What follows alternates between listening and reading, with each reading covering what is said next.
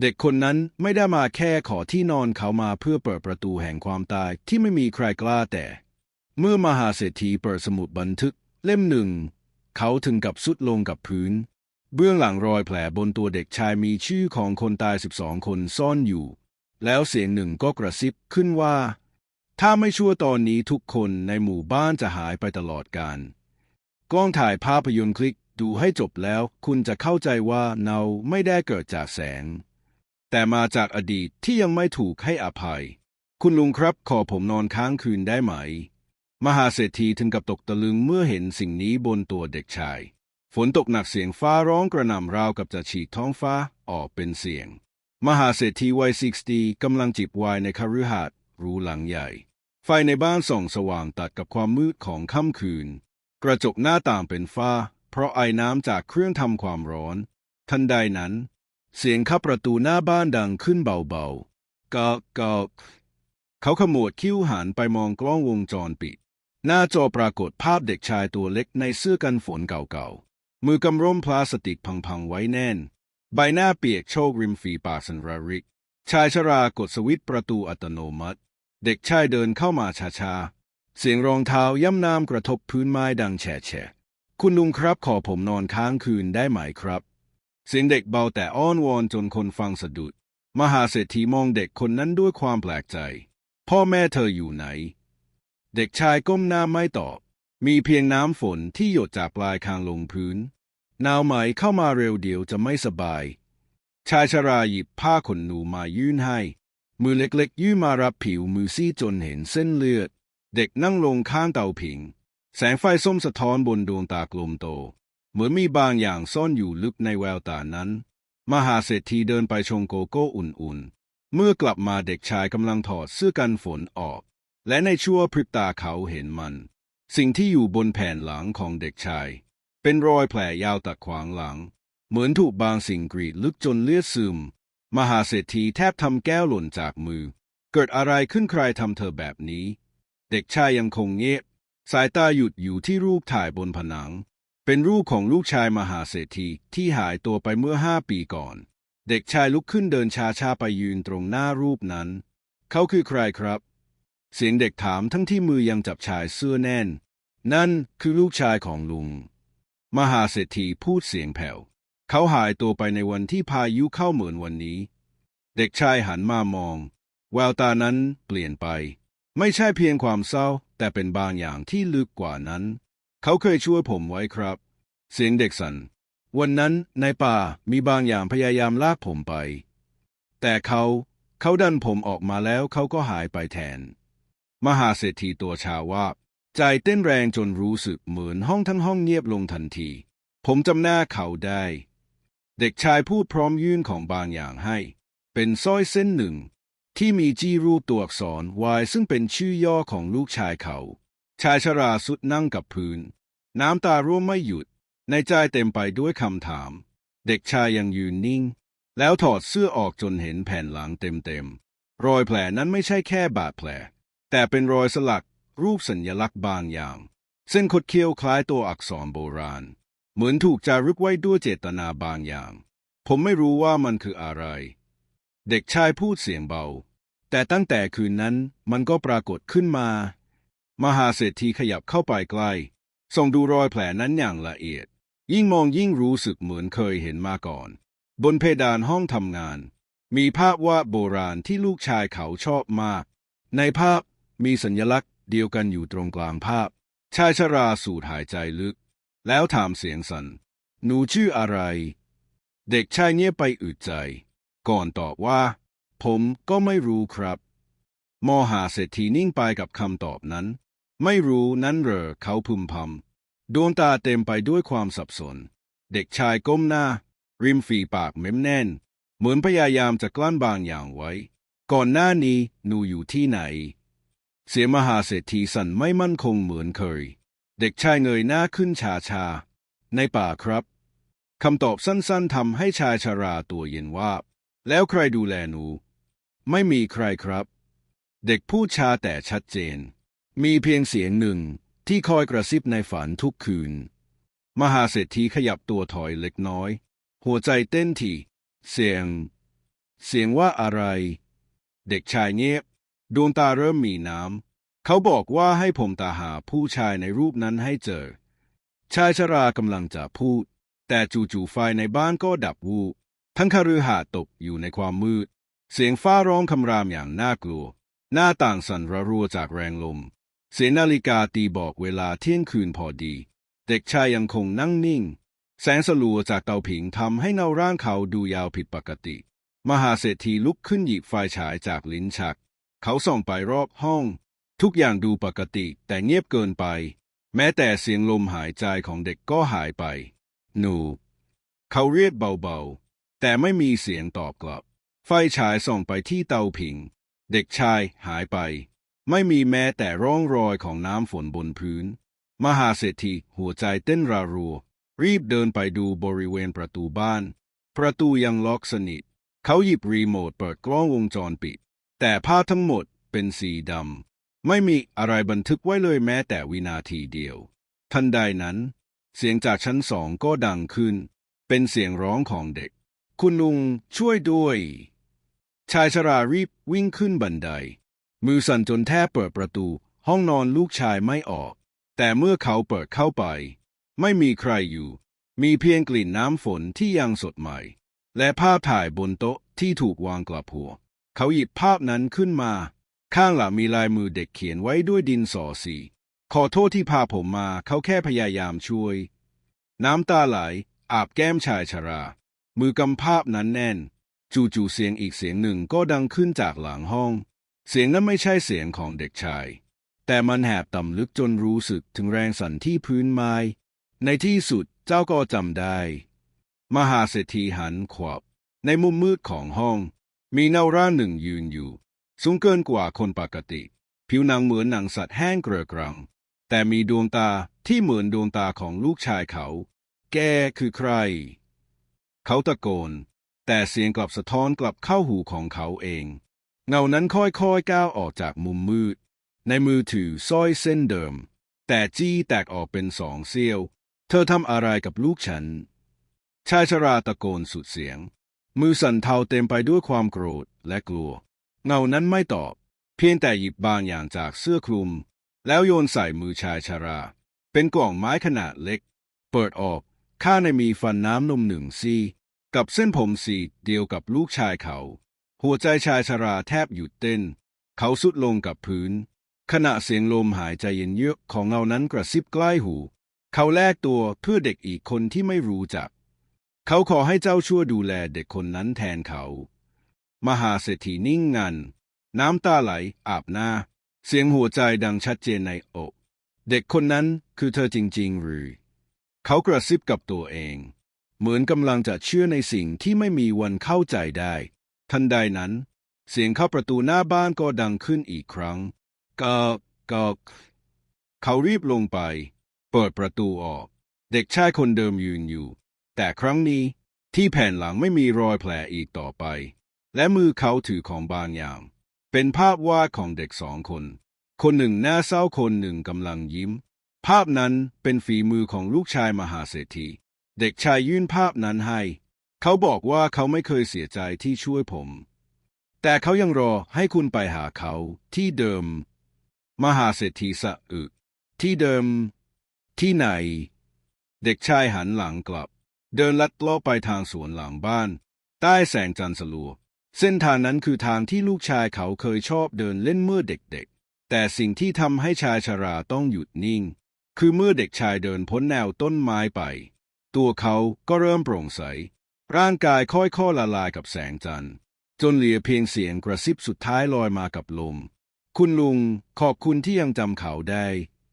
มหาเศรษฐีหยุดนิ่งอยู่นานเสียงลมพัดผ่านต้นไม้ใบไม้กระทบกันเบาๆแต่ฟังดูคล้ายเสียงกระซิบเขายังรอคำพูดนั้นวงเวียนในหัวไม่หยุดชายชรายืนมองความว่างเปล่าตรงสวนหลังบ้านจู่ๆก็รู้สึกเหมือนมีบางอย่างอยู่ข้างหลังหันกลับไปไม่มีใครแต่พื้นดินตรงหน้าต่างกลับเปียกเหมือนมีใครเพิ่งเดินผ่านเขาก้มลงมองฝ่าเท้าเล็กๆแต่ไม่มีรอยเท้าเดินกลับออกไปเด็กคนนั้นไม่ใช่คนธรรมดาเขาพึมพำหัวใจยังเต้นแรงจนรู้สึกเจ็บหน้าอก เขาเดินกลับเข้าไปในบ้านเมื่อยังคงถือภาพวาดของเด็ก2 คนแน่นแสงไฟในคฤหาสน์ยังไม่กลับมาทุกอย่างเงียบจนได้ยินเสียงลมหายใจของตัวเองเขาวางภาพวาดลงบนโต๊ะแล้วหันไปหยิบกล่องไม้เล็กๆที่เงาประหลาดเคยให้ฟันน้ำนมยังอยู่ในนั้นข้างๆมีเศษกระดาษเก่าๆพับสอดอยู่เขาคลี่ออกช้าๆตัวอักษรจางๆถูกเขียนด้วยหมึกสีดำถ้าอยากรู้ความจริงจงไปที่บ้านหลังเดิมเขารู้ทันทีว่าหมายถึงบ้านเก่าในป่าชานเมืองที่ลูกชายเคยขอไปตั้งแคมป์กับเพื่อนแล้วหายตัวไปอย่างไร้ร่องรอยเช้าวันรุ่งขึ้นมหาเศรษฐีขับรถออกจากคฤหาสน์ทิ้งผู้ช่วยและบอดี้การ์ดไว้โดยไม่บอกใครเขาต้องการไปคนเดียวเส้นทางสู่อดีตเหมือนยาวไกลกว่าที่เคยต้นไม้ขึ้นแน่นแสงแดดแทบส่องไม่ถึงพื้นดินเมื่อเขาขับถึงบ้านไม้เก่าความทรงจำก็ถาโถมกลับมาภาพลูกชายหัวเราะวิ่งเล่นกับเพื่อนเสียงเรียกพ่อดังก้องในใจเขาจอดรถแล้วเดินเข้าไปบ้านไม้เงียบประตูเก่าปิดสนิทมีทวันพันรอบลูกบิดเมื่อเปิดเข้าไปกลิ่นอับของไม้ผุและฝุ่นเก่าทำให้เขาสำลักแต่ภายในบ้านไม่มีฝุ่นบนพื้นเหมือนมีคนเพิ่งเดินอยู่ข้างในโต๊ะไม้กลางห้องยังวางจานเปล่าไว้3 ใบเขาเดินไปที่ห้องนอนเล็กด้านหลัง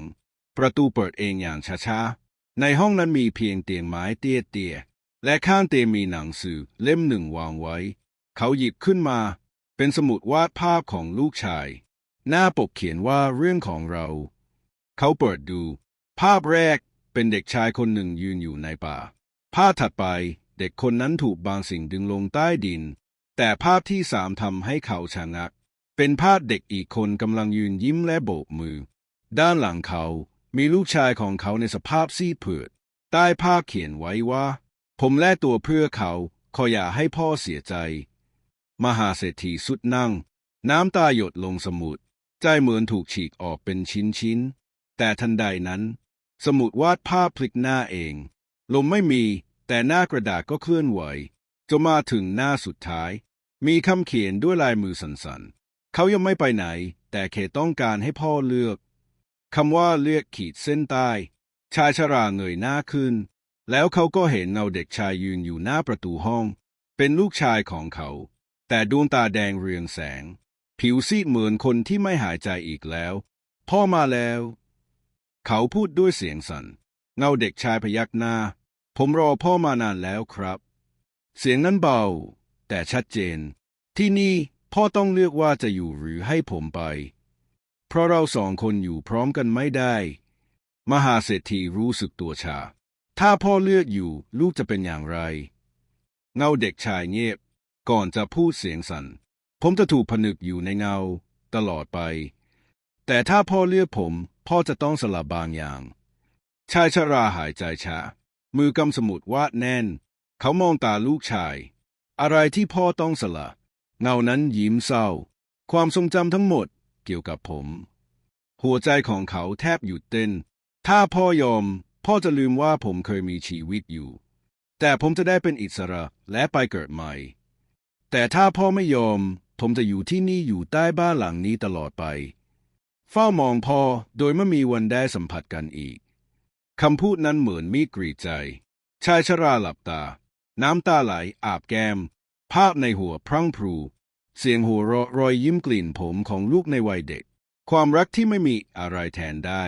เขาค่อยๆลืมตาแล้วพูดเบาๆว่าพ่อยอมทันใดนั้นร่างเงานั้นสว่างจ้าลอยขึ้นเหนือพื้นรอยยิ้มสุดท้ายของลูกชายคือภาพสุดท้ายที่เขาจำได้แล้วทุกอย่างก็ดับวูบความทรงจำทั้งหมดถูกลบเลือนเหมือนไม่เคยมี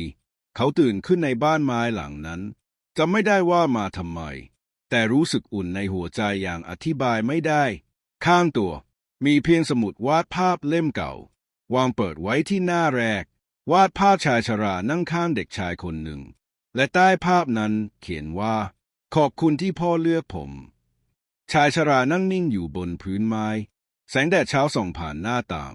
ฝุ่นลอยในอากาศอย่างช้าๆราวกับเวลาหยุดหมุนเขามองไปยังสมุดวาดภาพหน้าแรกยังคงเปิดอยู่ภาพวาดนั้นทำให้เขารู้สึกอุ่นในใจแต่ แต่เขาจำไม่ได้ว่าเด็กในภาพคือใครจำไม่ได้ว่าเคยวาดหรือได้มาอย่างไรแต่มีบางอย่างในอกของเขาเต้นเบาๆคล้ายเสียงกระซิบที่ไม่มีถ้อยคำเพียงสัมผัสแห่งความผูกพันเคหยิบสมุดนั้นขึ้นมารู้สึกคุ้นมือเหมือนเคยจับมันครั้งแล้วครั้งเล่าแล้วเขาก็ลุกขึ้นหันหลังให้กับบ้านไม้หลังนั้นเดินจากมาโดยไม่มองย้อนกลับเวลาผ่านไปหลายปีชายชราย้ายกลับมาอยู่ในตัวเมืองทำธุรกิจเล็กๆพอเลี้ยงตัวเองเขาไม่ใช่มหาเศรษฐีอีกต่อไปแต่ก็ไม่รู้สึกขาดเขายังมีบางอย่างที่เติมเต็มแม้จะไม่รู้ว่าคืออะไรบางคืนเขายังคงฝันถึงเด็กชายคนหนึ่งแต่ตื่นขึ้นมาก็ลืมหน้าทุกครั้งเหลือเพียงเสียงหัวเราะแผ่วเบาในหูแล้ววันหนึ่งขณะเขากำลังนั่งดื่มกาแฟในร้านเล็กๆประตูร้านเปิดออกเด็กชายคนหนึ่งเดินเข้ามากับหญิงสาววัยกลางคนเขามองเด็กคนนั้นทันทีหัวใจเหมือนหยุดเต้นไปครู่หนึ่งดวงตาเด็กชายก้มโตทอประกายคุ้นตารอยยิ้มเล็กๆบนใบหน้าชวนให้รู้สึกปวดใจอย่างประหลาดเด็กชายเดินผ่านโต๊ะของเขาจู่ๆก็หยุดนิ่งแล้วหันกลับมามองเขาสายตาสองคู่สบกันโลกทั้งใบดูจะเงียบลงเสียงในร้านหายไปเหลือเพียงเสียงหัวใจคุณลุงครับเสียงเด็กชายทักเบาๆหญิงสาวรีบหันมาทำไมรู้จักคุณลุงล่ะลูกเด็กชายยิ้มแล้วพูดช้าๆไม่รู้ครับแต่ผมรู้สึกเหมือนเคยอยู่กับลุงมาก่อนหญิงสาวหัวเราะเบาๆเด็กอะไรพูดอะไรแปลกๆเธอหันมายิ้มขอโทษชายชราเขายิ้มตอบแต่ในใจสั่นสะเทือนหนูชื่ออะไรเหรอชายชราถามโดยไม่รู้ตัวชื่อว่ายูเด็กตอบด้วยน้ำเสียงร่าเริงคุณแม่บอกว่าผมเกิดวันที่ฝนตกหนักที่สุดในรอบปีคำพูดนั้นแทงหัวใจของชายชราเหมือนมีดคมมือสั่นเบาๆกาแฟในถ้วยเริ่มเย็นลงโดยไม่รู้สึกตัวชอบวาดรูปไหมเขาถามอีกครั้งยูพยักหน้าแรงมากเลยครับผมชอบวาดคนที่ผมฝันถึงทุกคืนหญิงสาวหัวเราะอีกครั้งใช่ค่ะลูกชายฉันฝันว่าเด็กคนหนึ่งมาตลอดแต่ไม่รู้ว่าเป็นใครชายชราหายใจเข้าแล้วพูดช้าๆถ้าอย่างนั้นจะให้ลุงดูภาพวาดของหนูได้ไหมยูริเปิดเป้เล็กๆของเขาหยิบสมุดวาดภาพเล่มบางแล้วยื่นให้ด้วยรอยยิ้มชายชรารับมาช้าๆมือเย็นเฉียบเปิดหน้าสมุดเล่มนั้นภาพแรกที่เขาเห็นคือเด็กชายสองคนยืนอยู่ข้างกันภาพนั้นเหมือนกับภาพในสมุดเล่มเก่าเหมือนทุกเส้นทุกแสงเงาชายชราสะดุ้งดวงตารื้นน้ำคนนี้ใครเหรอเขาถามเสียงแผ่วมือยังจับสมุดแน่นยูชี้ไปที่เด็กคนหนึ่งในภาพเขาคือผมครับแต่คนข้างๆผมไม่รู้ว่าเป็นใครแต่ผมรู้ว่าเขาช่วยผมไว้ในฝันตอนผมเกือบหลงทางในที่มืดหญิงสาวมองชายชราด้วยสายตาประหลาดใจเหมือนจะถามว่าทำไมคุณถึงน้ำตาไหลเขาหยิบผ้าเช็ดหน้าเช็ดน้ำตาเงียบแล้วยื่นสมุดคืนให้ขอบคุณหนูมากนะเขาพูดเสียงสั่นหนูมีจิตใจงดงามมากยูยิ้มแล้วพูดเบาๆผมรู้สึกว่าลุงเคยร้องให้เพื่อผมชายชราหยุดนิ่งหัวใจเหมือนหล่นไปอยู่ตาตุ่มมือกำแน่นจนเส้นเลือดปูดหญิงสาวพายูไปสั่งขนมที่เคาน์เตอร์ทิ้งให้เขานั่งอยู่นิ่งๆคนเดียวเขามองออกไปนอกหน้าต่างท้องฟ้าเริ่มมีเมฆฝนลอยมากลิ่นอากาศก่อนฝนตกหอมเศร้าอย่างบอกไม่ถูกและในจังหวะนั้นเสียงแผ่วเบาก็กระซิบมาอีกครั้งพ่อขอบคุณที่ยังจำผมแม้จะไม่รู้ว่าผมคือใครฝนเริ่มโปรยลงมาช้าๆละอองเล็กตกกระทบกระจกหน้าต่างร้านกาแฟชายชรานั่งเงียบเหม่อมองหยดน้ำที่ไหลเป็นสายหัวใจเขาแน่นแม้จะจำอะไรไม่ได้แต่ความรู้สึกในอกกลับชัดเจนยิ่งกว่าอดีตใดยูกลับมานั่งข้างแม่ถือเค้กก้อนเล็กๆไว้ในมือแต่สายตายังจับจ้องมาทางชายชราคุณลุงครับยูพูดขึ้นอีกครั้งผมขอนั่งโต๊ะเดียวกับลุงได้ไหมแม่ของยูหันไปถามลูกด้วยรอยยิ้มแต่ก็อดรู้สึกแปลกๆไม่ได้ชายชราพยักหน้า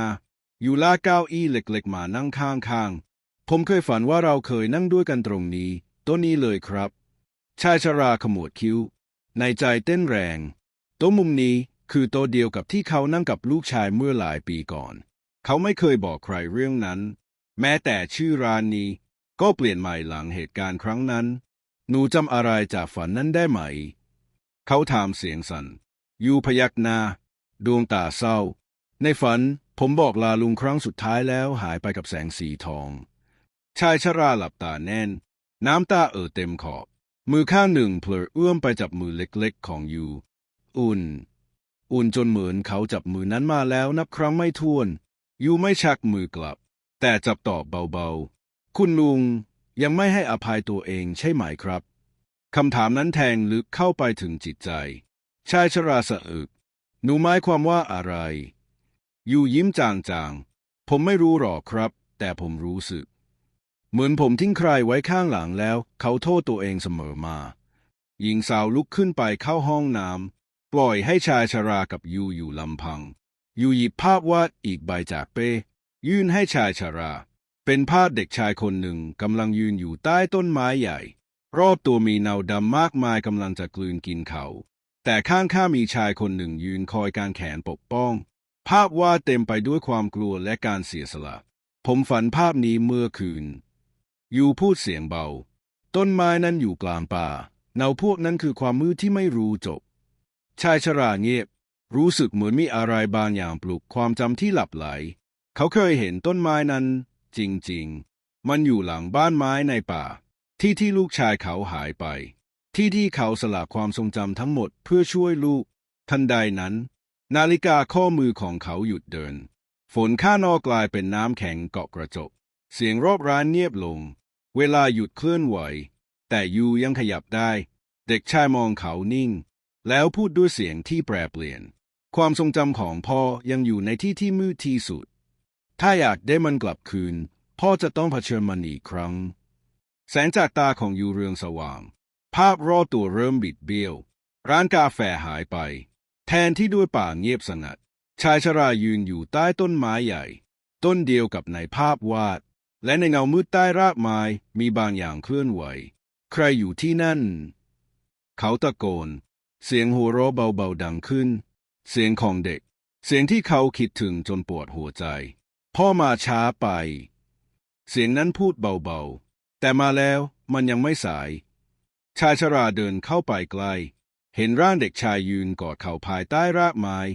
ร่างนั้นคือลูกของเขาพ่อจำอะไรไม่ได้แล้วแต่หัวใจพ่อยังรู้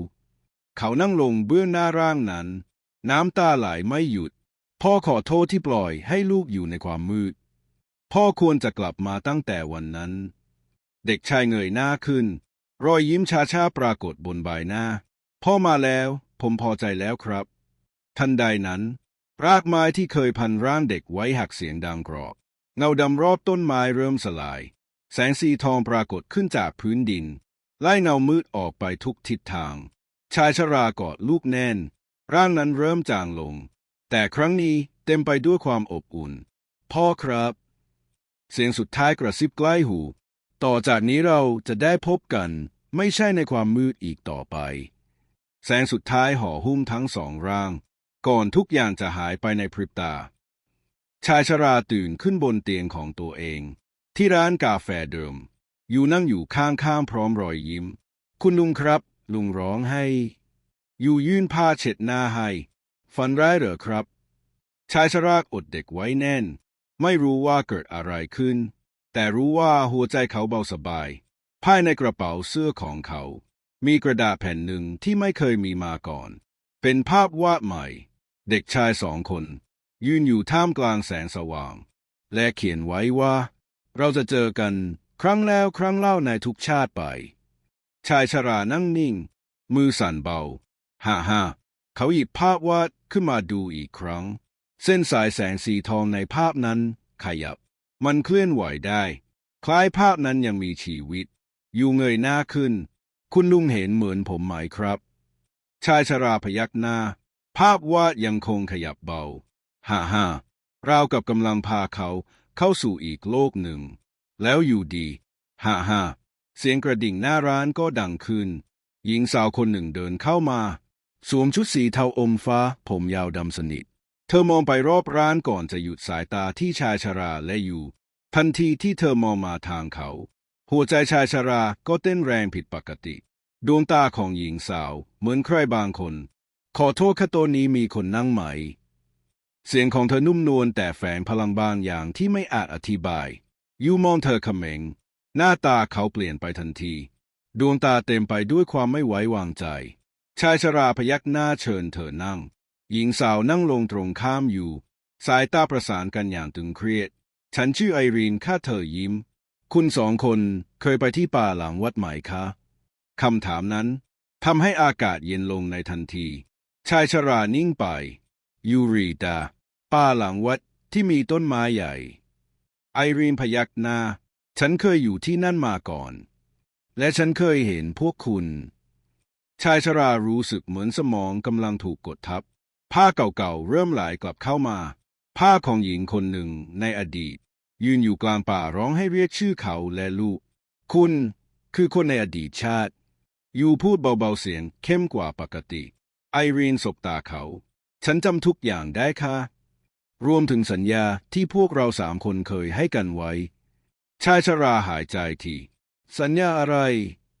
ไอรีนล้วงมือไปในกระเป๋าหยิบกล่องไม้เล็กๆออกมาเปิดออกข้างในมีแหวน3 วงแต่ละวงสลักตัวอักษรเก่าแก่ยูหยิบวงหนึ่งขึ้นมาพลันภาพความทรงจำจากอดีตถาโถมเข้าใส่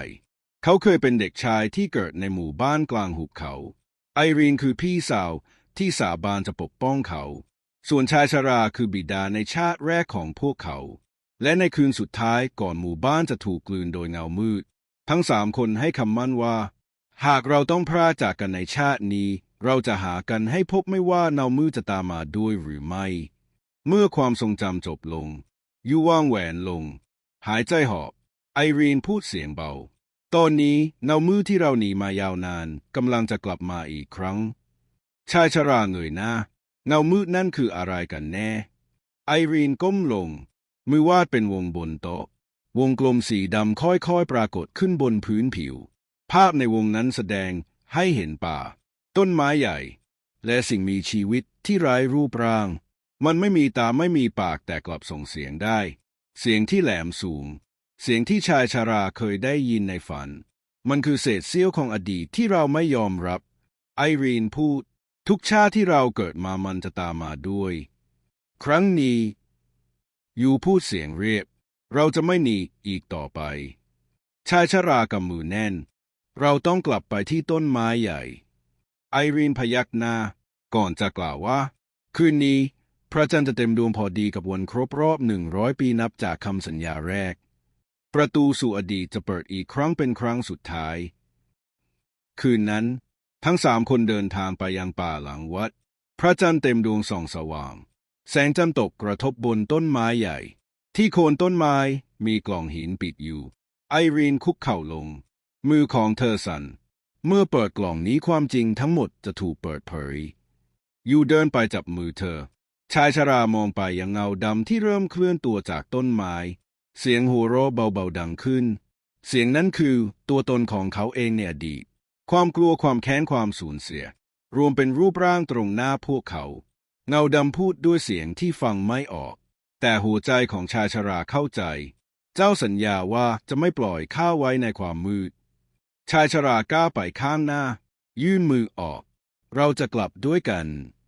แสงจากแหวนทั้ง3 วงสว่างจ้าเงาดำนั้นเริ่มร้องโหยหวนแต่มันไม่ถอยหนีกลับแทรกซึมเข้าไปในอกของชายชราเองยูกับไอรีนจะวิ่งเข้าห้ามแต่ชายชรากลับยิ้มถึงเวลาชดใช้แล้วแสงระเบิดออกจากร่างเขาพร้อมกับเสียงของคำขอบคุณที่เขาไม่เคยได้ยินจากตัวเองในอดีตเช้าวันใหม่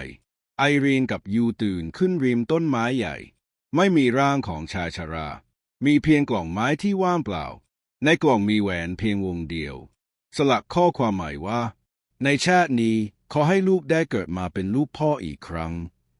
มหาเศรษฐีใจเต้นแรงเขามองเด็กชายตรงหน้าเหมือนกำลังเผชิญกับความลับที่ถูกซ่อนไว้นานหลายปีความเงียบปกคลุมทั้งห้องมีเพียงเสียงนาฬิกาติดผนังที่เดินอย่างช้าๆไม่รู้ชื่อเหรอชายชราถามเสียงสั่น เด็กชายพยักหน้าชาๆผมตื่นขึ้นมาที่หน้าวัดร้างกลางป่าไม่มีใครอยู่ไม่มีแม้แต่เสียงนกมือของเด็กกำเสื้อแน่นขึ้นมีแค่ความรู้สึกว่ามีบางอย่างตามผมมาตลอดชายชราขนลุกในใจเริ่มเชื่อมโยงบางสิ่งที่เคยละเลยคืนที่ลูกชายเขาหายไปเขาก็ฝันประหลาดฝันเห็นรูปสลักบนก้อนหิน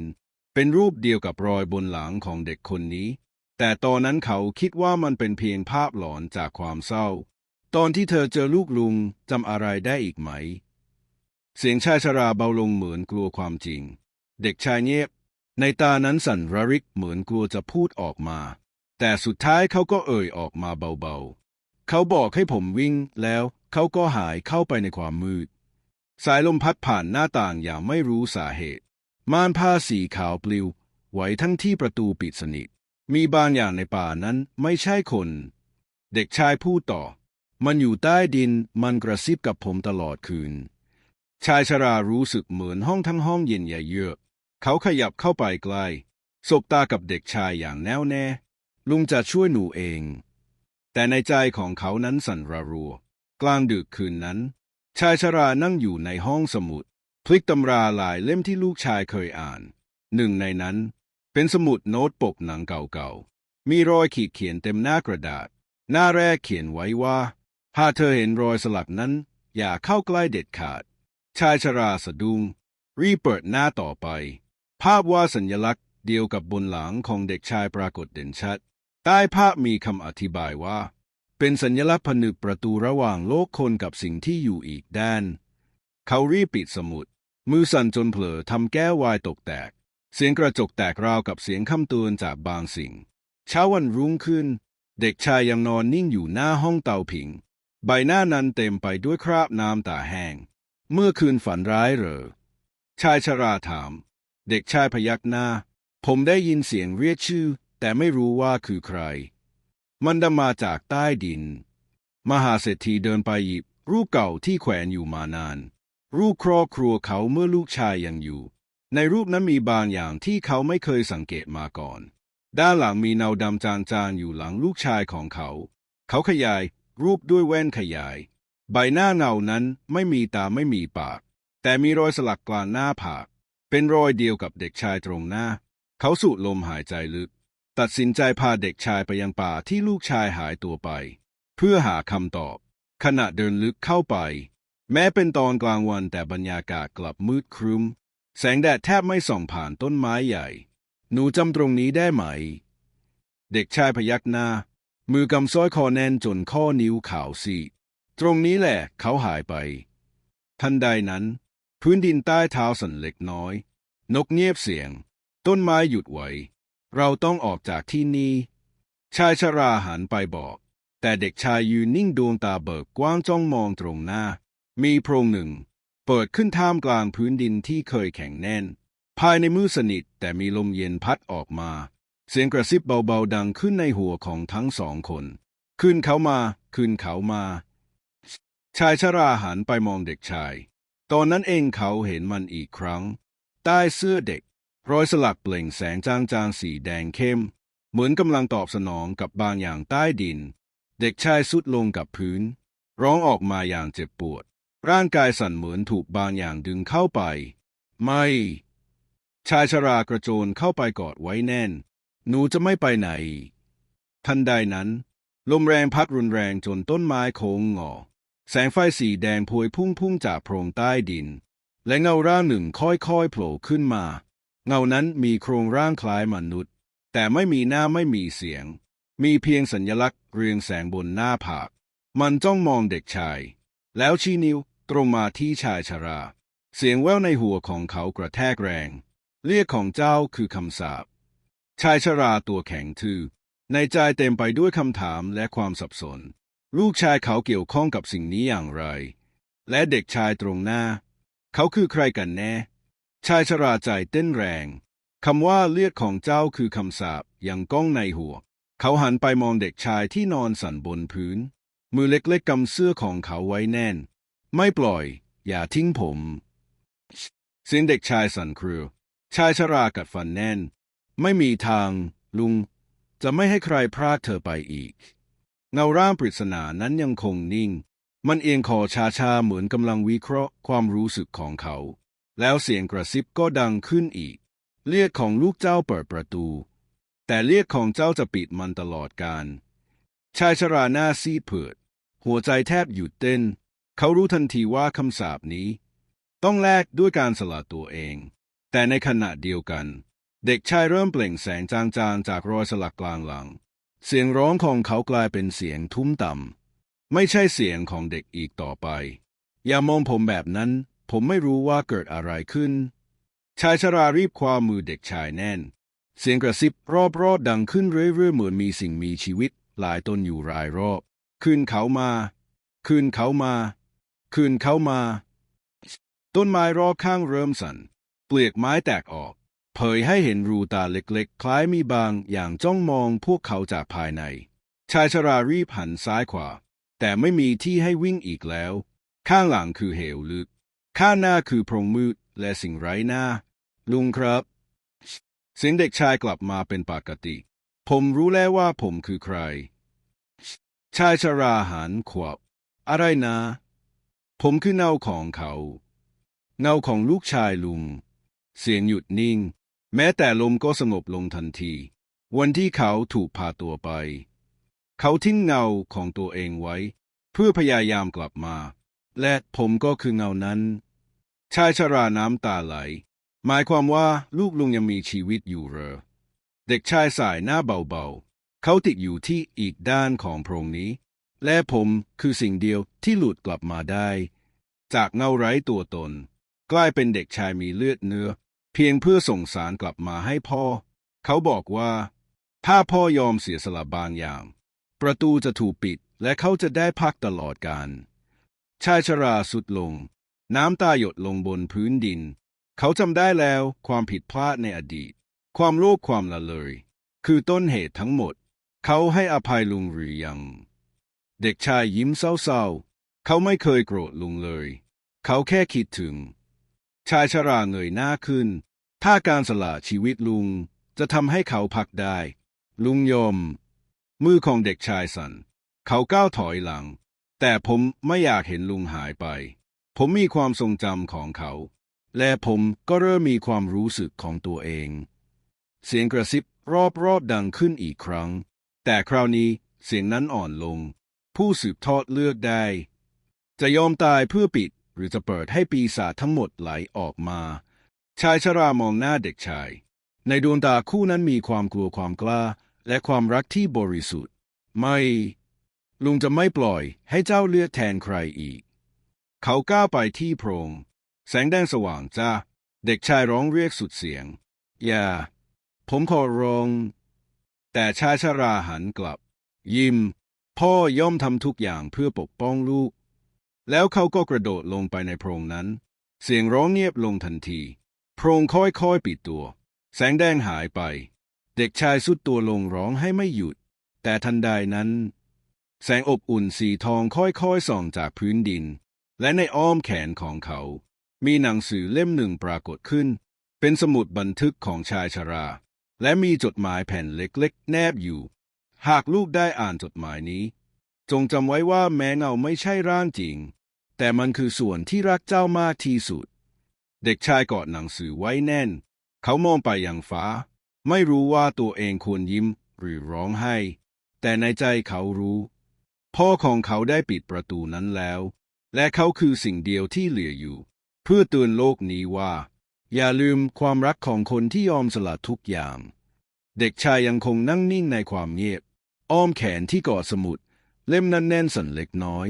ดวงตาจ้องไปยังพื้นดินที่ชายชราได้สละชีวิตตัวเองไปไม่มีเสียงอีกแล้วไม่มีแม้แต่กระซิบจากเงาลี้ลับเหล่านั้นแต่มันเงียบเกินไปเงียบจนผิดปกติเสียงลมหายใจของเขาดังชัดในความเงียบและทันใดนั้นตึงเสียงบางอย่างกระแทกจากใต้ดินเด็กชายสะดุ้งเขาลุกขึ้นช้าๆสายตาจ้องไปยังจุดที่โพรงเคยอยู่พื้นดินตรงนั้นเริ่มสั่นแล้วเกิดรอยแยกเล็กๆคล้ายเส้นราวที่ค่อยๆขยายออกไม่นาลุงคุณสัญญาแล้ว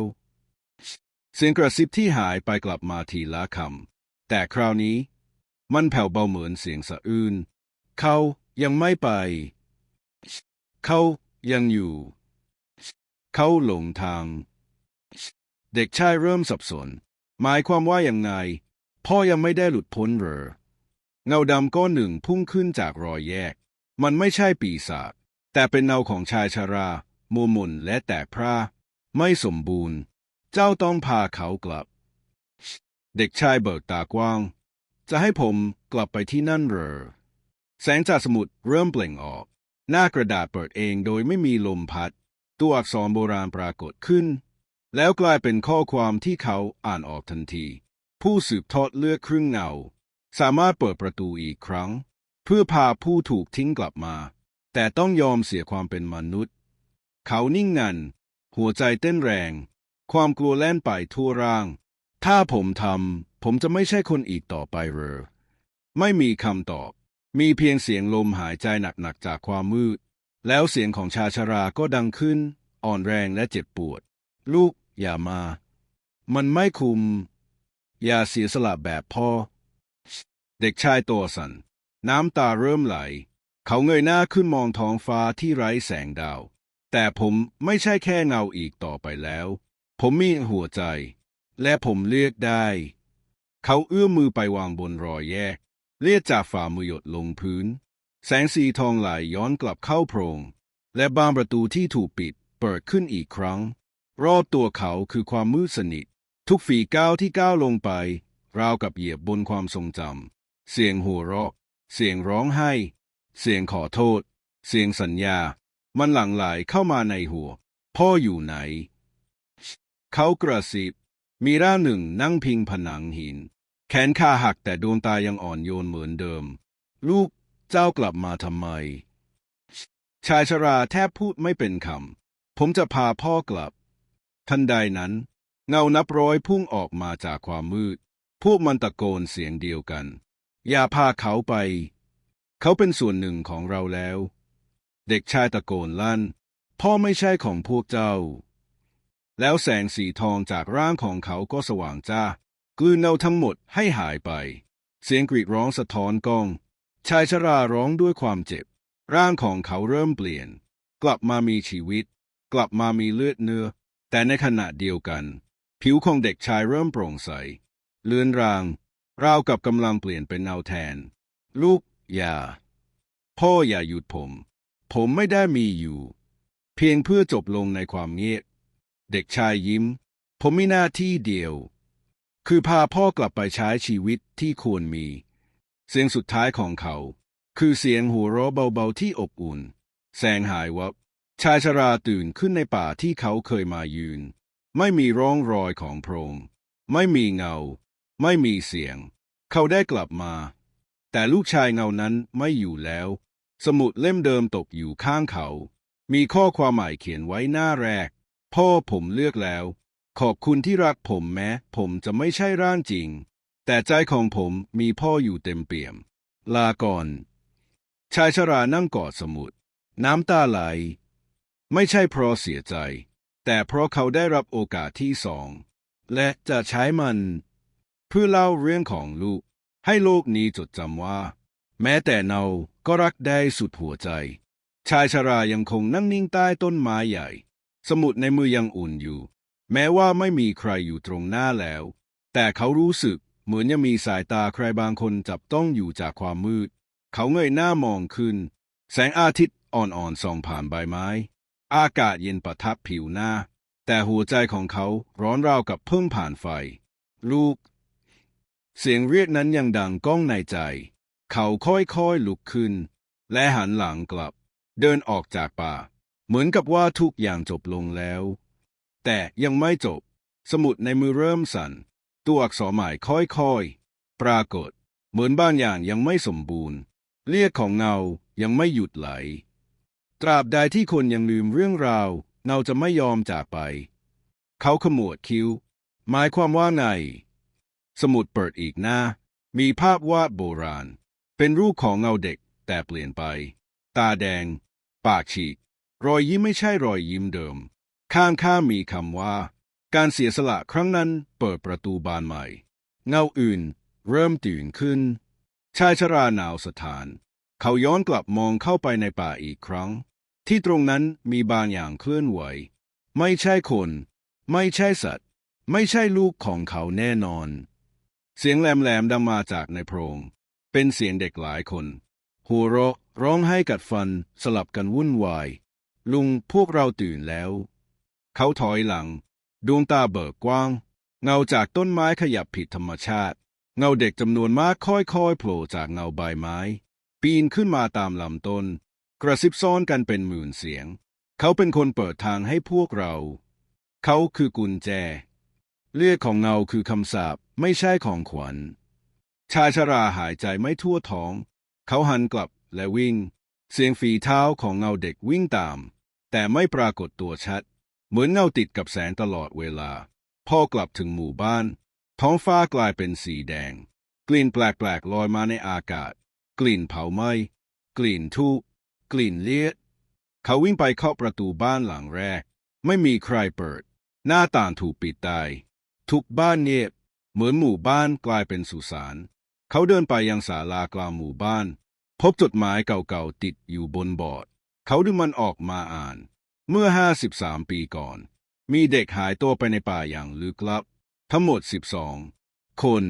ว่ากันว่าพวกเขาไม่เคยจากไปแต่กลายเป็นส่วนหนึ่งของเงารอใครสักคนเปิดประตูอีกครั้งชายชราสุดลงมือสั่นเขาเพิ่งเข้าใจลูกของเขาไม่ใช่เงาเดียวที่มีอยู่ในโลกนี้และการเสียสละนั้นคือประกายไฟที่จุดเชื้อเพลิงเสียงกระจกแตกดังมาจากด้านหลังเขาหันไปช้าๆเห็นเด็กชายเงาคนเดิมแต่ครั้งนี้ตาแดงสนิทพอเสียงเรียกนั้นยังคงนุ่มนวลแต่มันแฝงความเศร้าและบางอย่างที่ไม่บริสุทธิ์ลูกเกิดอะไรขึ้นเด็กชายยิ้มผมไม่ใช่ผมคนเดิมแล้วตอนผมจากไปบางสิ่งก็เข้ามาแทนที่ชายชราน้ำตาไหลเขาเอื้อมมือไปแต่มือทะลุผ่านร่างเงาไม่จริงเด็กชายโน้มตัวลงกระซิบข้างหูพ่อพาผมกลับมาแต่ทิ้งประตูไว้เปิดตอนนี้ถึงตาพวกเขาออกมาเดินบ้างแล้วทันใดนั้นเสียงกรีดร้องดังขึ้นจากบ้านถัดไปประตูถูกเปิดกระแทกเด็กเงา3 คนเดินออกมาไม่มีตาไม่มีปากแต่เต็มไปด้วยเสียงกระซิบชายชราร้องลั่นไม่หยุดเดี๋ยวนี้เขาหยิบสมุดพลิกหาวิธีปิดประตูแต่หน้ากระดาษสุดท้ายถูกฉีกหายไปแล้วเงาเด็กชายก็พูดว่าหน้าสุดท้ายอยู่กับแม่เมื่อหน้าสุดท้ายถูกซ่อนไว้กับแม่ชายชรากำสมุดแน่นสายตาสั่นไหวหัวใจเต้นแรงคำว่าแม่ทำให้บางอย่างในใจเขาถูกปลุกขึ้นมาอีกครั้งเขารีบเดินไปยังบ้านหลังเก่าที่เขาเคยอยู่กับภรรยาหลังจากเธอจากไปเมื่อหลายปีก่อนเคไม่เคยกลับไปอีกเลยประตูบ้านถูกแมกไม้ปกคลุมสนิมกินบานพับเสียงลมพัดผ่านกระเบื้องหลังคาเก่าเสียงร้องให้เบาๆดังแผ่วเหมือนมาจากภายในชายชราผลักประตูเข้าไปภายในยังคงสภาพเดิมโต๊ะเก่าๆผ้าห่มที่เธอเคยถักภาพถ่ายครอบครัวที่ฝุ่นจับหนาเขาเดินไปที่ตู้ไม้หลังบ้านที่ซึ่งภรรยาเคยเก็บของรักสุดท้ายไว้มือเขาสั่นเมื่อเปิดลิ้นชักล่างสุดมีเพียงกล่องเล็กๆสีขาวในกล่องนั้นไม่ใช่เครื่องประดับไม่ใช่จดหมายรักแต่เป็นหน้ากระดาษขาดจากสมุดเล่มเดิมหน้าสุดท้ายเขาหยิบมันขึ้นมาตัวหนังสือเขียนด้วยลายมือผู้หญิงลายมือของภรรยาเขาหากเงากลับมาจงตามหาหัวใจดวงแรกที่ยอมตายเพื่อปิดผนึกเธอยังอยู่ที่เดิมในหลุมเก่าใต้ต้นกล้วยที่ลูกชายเราเคยปลูกกับมือชายชราน้ำตาคลอเขารู้ทันทีว่าหมายถึงที่ใดใต้ต้นกล้วยในสวนหลังบ้านที่ลูกชายเขาเคยชอบนั่งเล่นตอนยังมีชีวิตอยู่เขารีบเดินฝ่าดงหญ้าไปหลังบ้านต้นกล้วยยังคงตั้งตระหง่านแต่รากของมันบิดเบี้ยวผิดธรรมชาติเหมือนมีบางอย่างดิ้นอยู่ข้างใต้เขาคว้าเสียมขุดอย่างรวดเร็วดินชื้นกลิ่นเน่าจางๆลอยมาแล้วเขาก็พบกล่องไม้สีดำฝังอยู่เขาเปิดมันอย่างระวังข้างในคือตุ๊กตาผ้าเก่าผ้าขาดบางส่วน มีรอยเย็บใหม่ด้วยด้ายแดงในอกของตุ๊กตามีหัวใจเล็กๆทำจากขี้ผึ้งสีขาวและมีจารึกว่าหัวใจเงาดวงแรกปิดหรือเปิดโลกทั้งใบจะเปลี่ยนทันใดนั้นพื้นดินสั่นต้นกล้วยเองเงาเด็กมากมายทะลักออกมาจากเงาต้นไม้เสียงร้องสอดประสานเสียงหัวเราะเสียงโหยหวนเสียงกรีดร้องชายชรากดตุ๊กตาแน่นเงาเด็กชายลูกเขาปรากฏตัวอีกครั้งพ่ออย่าทำถ้าพ่อปิดผมจะหายไปเขานิ่งน้ำตาไหลพรากเสียงภรรยาดังในหัวพี่ถ้ามันถึงวันนั้นอย่าลังเลที่จะปิดประตูแม้ต้องแลกด้วยลูกเราทั้งคนก็ตามเขาหลับตาแน่นกดหัวใจขี้พึ่งลงตรงกลางตุ๊กตาทันใดนั้นแสงสว่างจ้าเสียงระเบิดเบาๆเหมือนบางสิ่งถูกดึงกลับเข้าไปในหลุมเงาเด็กๆหายไปป่าทั้งผืนสงบเสียงลมหายใจหยุดลงทุกอย่างเงียบงันชายชราสุดลงกับพื้นตุ๊กตายังคงอยู่ในมือแต่ไม่มีหัวใจแล้วมันละลายหายไปในอากาศเสียงสุดท้ายจากลูกชายดังขึ้นเบาอ่อนโยนขอบคุณครับพ่อผมรู้แล้วว่าความรักไม่ใช่การยึดติดแต่คือการยอมปล่อยเพื่อให้คนอื่นได้มีชีวิตชายชราร้องไห้แต่ในน้ำตานั้นมีรอยยิ้มหลายปีผ่านไปหมู่บ้านที่เคยเงียบเหงากลับมามีชีวิตอีกครั้งเด็กๆวิ่งเล่นไม่มีเงาแปลกๆอีกแล้ว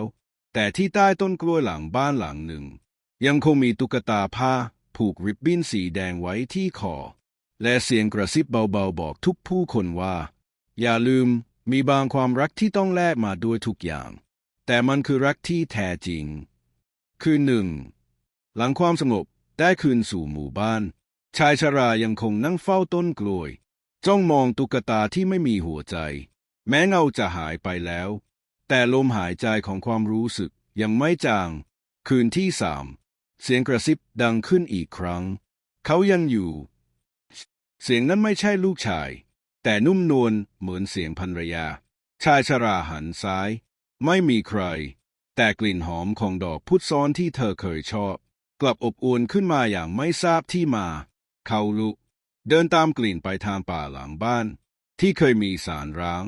ที่ภรรยาเขาเคยใช้บำเพ็ญภาวนาก่อนที่จะเสียชีวิตอย่างลึกลับใบไม้ไหวตามจังหวะลมหมอกลอยต่ำพระจันทร์ครึ่งดวงส่องผ่านรอยแตกของกิ่งไม้เผยให้เห็นโครงสารที่ผุพังแต่คืนนี้ศาลกลับมีแสงไฟ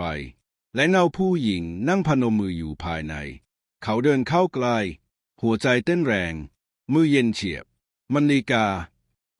เขาเอ่ยชื่อภรรยาเบาๆเงานั้นหันมาเป็นใบหน้าที่เขาจำได้ไม่ลืมแม้จะซีดขาวดวงตาลึกแต่เต็มไปด้วยความเศร้าพี่มาช้าไปเสียงเธอสั่นสะท้านลูกเราต้องแลกทุกอย่างเพื่อปิดผนึกเงาแต่มันยังไม่จบชายชราสุดลงหมายความว่าอย่างไรหญิงนั้นชี้ไปยังพื้นศาลมีวงกลมวาดด้วยเลือดและตรงกลางมีลูกแก้วสีม่วงเข้มมันคือใจกลางของพันธะสิ่งที่ลูกเงาชายสื่อสารกับอีกภพเราปิดเงาไปแล้วแต่พันธะยังอยู่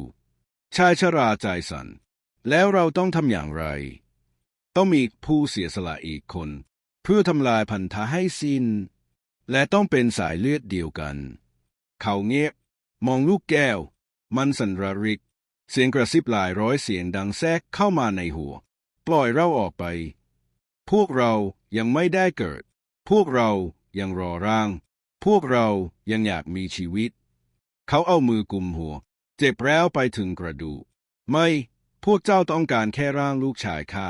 ตอนนี้เขาไม่มีแล้วไม่มีใครให้พวกเจ้าสิงสู่เสียงในหัวเงียบไปชั่วขณะก่อนจะหัวเราะเบาๆมีอีกคนสายเลือดของเขาอยู่ในหมู่บ้านนี้ชายชราหน้าซีดทันใดนั้นภาพในหัวแวบขึ้นเด็กชายที่มาขอค้างคืนไฟรูปหยดน้ำดวงตาสีเทานั่นไม่ใช่ความบังเอิญเขาเป็นหลานข้าเขาพูดเสียงแผ่วหัวใจแทบหยุดเต้นหญิงนั้นพยักหน้าเขาคือดวงจิตที่หลุดจากภพกลางแต่ยังไม่ตัดสายเลือดหากเจ้าปล่อยไว้ พวกเราจะหาทางสิงเขาแทน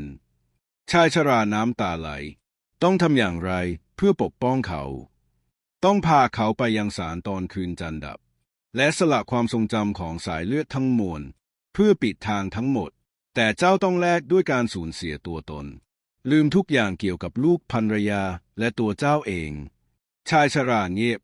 มือสั่นแล้วเขาหลานข้าจะรอดหรือไม่เขาจะเป็นอิสระได้ใช้ชีวิตอย่างเด็กคนหนึ่งไม่มีเงาตามหลอกไม่มีอดีตผูกมัดเช้าวันรุ่งขึ้นชายชราเดินกลับบ้านแววตาหนักแน่นแม้จะรู้ว่าต้องเสียทุกอย่างแต่เพื่อให้คนรุ่นใหม่ได้เริ่มต้นใหม่เขายอมเขาเรียกเด็กชายมานั่งด้วยเล่าเรื่องตำนานต้นกล้วยและบอกว่าเขาจะพาไปที่พิเศษคืนนี้กลางคืนเขาจูงมือเด็กชายเดินผ่านป่าจนถึงศาลผุพังลูกแก้วยังรออยู่แสงดาวดับทุกอย่างมืดสนิทเขาหยิบลูกแก้วขึ้นมืออีกข้างกอดเด็กชายแน่นไม่ว่าจะเกิดอะไรอย่าหันกลับมาเด็กชายพยักหน้าคุณลุงจะไปไหนเขายิ้มไปที่ไม่มีเงาอีกต่อไปและเธอจะได้เป็นเด็กธรรมดาเสียทีชายชราวางมือบนลูกแก้วพูดคำภาวนาแสงสีม่วงพุ่งขึ้นสู่ฟ้าเสียงกรีดร้องนับพันดังขึ้นโลกทั้งใบสั่นไหวแล้วทุกอย่างก็เงียบเด็กชายลืมตาอยู่เพียงลำพังในป่าที่เงียบสงัดไม่มีสารไม่มีชายชราไม่มีความทรงจำใดๆเหลืออยู่เขาหันกลับบ้านแสงแดดยามเช้าส่องลงบนต้นกล้วยที่ไม่มีตุ๊กตาอีกต่อไปแต่ลมที่พัดผ่านแฝงด้วยกลิ่นพุทธซ้อนอ่อนๆเหมือนใครบางคนยังคงเฝ้ามองอยู่จากโลกที่ไม่มีเงาอีกต่อไป15 ปีต่อมาณหมู่บ้านเดียวกันเด็กชายคนนั้นเติบโตเป็นวัยรุ่นชื่อของเขาไม่มีใครจำแน่ชัดไม่มีใครรู้ว่าเขามาจากไหนแต่ทุกคนเรียกเขาว่ากล้าเติบโตมาอย่างปกติแต่บางคืนเขาจะฝันแปลกๆฝันถึงชายชราที่ไม่มีหน้าฝันถึงต้นกล้วยที่แห้งกรอบแต่มีเสียงหัวเราะดังออกมาฝันถึงตุ๊กตาไม้ที่เรียกชื่อเขาเบาๆเขาตื่นขึ้นเสมอพร้อมมือเย็นทั่วตัวแต่ไม่มีใครตอบคำถามว่าเขาคือใครแม้แต่บันทึกเกิดก็ระบุเพียงไม่ทราบผู้ปกครองวันหนึ่งกล้าได้เข้าไปช่วยคุณยายในหมู่บ้านขุดร่องสวนหลังบ้านพลั่วของเขากระทบกับบางอย่างกึกเขาคุกเข่าลงขุดอย่างระวังพบกล่องไม้เก่าฮ่าผูกด้วยเชือกกล้วยแห้งกรอบเขาเปิดมันออกภายในมีกระดาษจดหมายเก่ากับตุ๊กตาไม้เล็กฮ่าและลูกแก้วสีม่วงทันทีที่เขาแตะมันร่างกายสั่นสะท้านภาพแวบผ่านหัวเขาชายชราร้องไห้เสียงกระซิบสารเก่าแสงสีม่วงและคำพูดสุดท้ายอย่าหันกลับมาเขาปล่อยลูกแก้วหอบหายใจรุนแรงนี่มันคืออะไรคืนนั้นกล้านอนไม่หลับลูกแก้ววางอยู่บนโต๊ะและมันเรืองแสงอ่อนฮ่าเหมือนหายใจได้ทันใดนั้นกระจกในห้องสะท้อนภาพเงาดำไม่ใช่เขาไม่ใช่ใครที่เขารู้จักแต่เป็นเด็กชายในชุดขาวตาเทาเหมือนเขาในวัยเด็กเด็กคนนั้นพูดเบาๆเธอจะไม่ได้แต่ฉันคือเธอกล้าพังอะอะไรนะ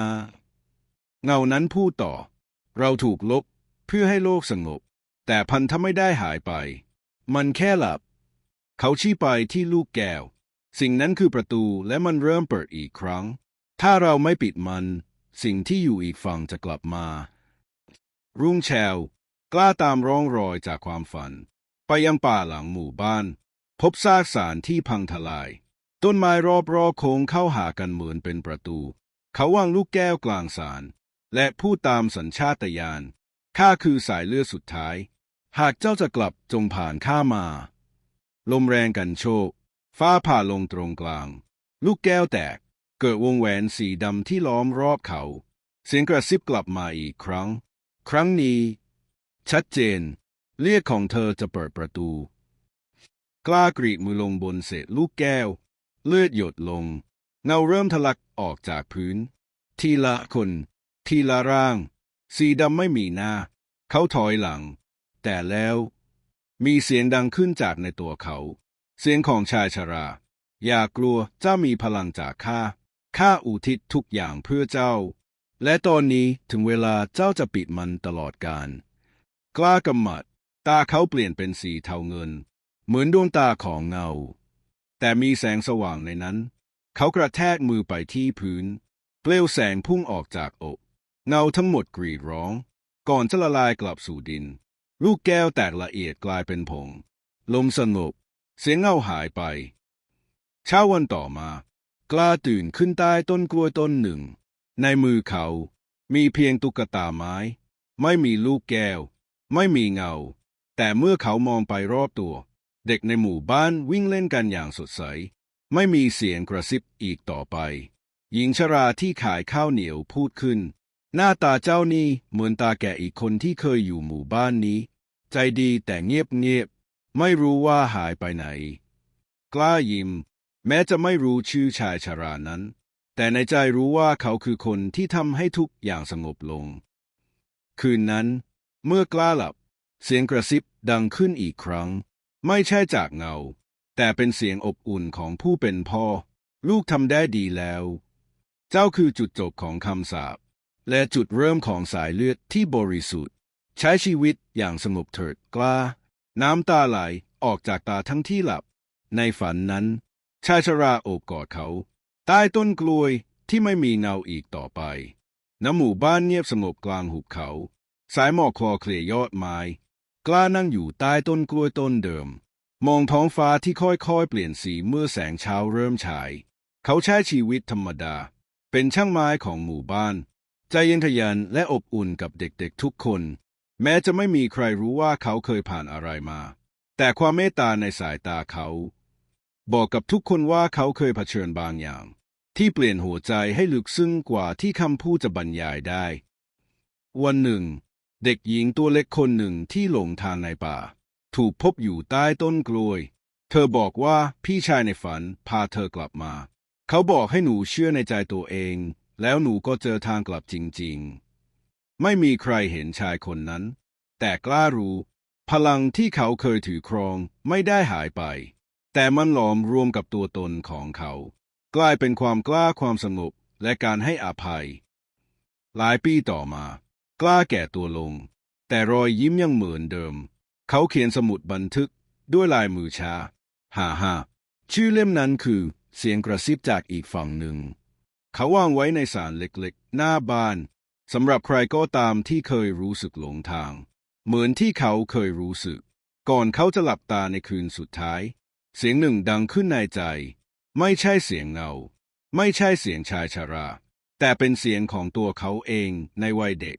เรากลับบ้านแล้วนะรุ่งเช้าคนในหมู่บ้านพบกล้าหลับไปอย่างสงบใต้ต้นกล้วยมีรอยยิ้มจางๆบนใบหน้าในมือมีตุ๊กตาไม้ที่เขาแกะไว้และข้อความเล็กๆเขียนด้วยดินสอเก่าฮ่าถ้าชีวิตเคยมืดมนจงเป็นแสงให้คนอื่นนั่นแหละคือการปิดคำสาปที่แท้จริงเรื่องราวของกล้าจบบริบูรณ์แต่แสงแห่งความกล้าหาญของเขายังคงส่องสว่างในหัวใจของทุกคนที่เคยหลงทางและในเงียบสงบของป่าเสียงกระซิบไม่มีอีกต่อไปเพราะทุกอย่างได้รับการให้อภัยแล้ว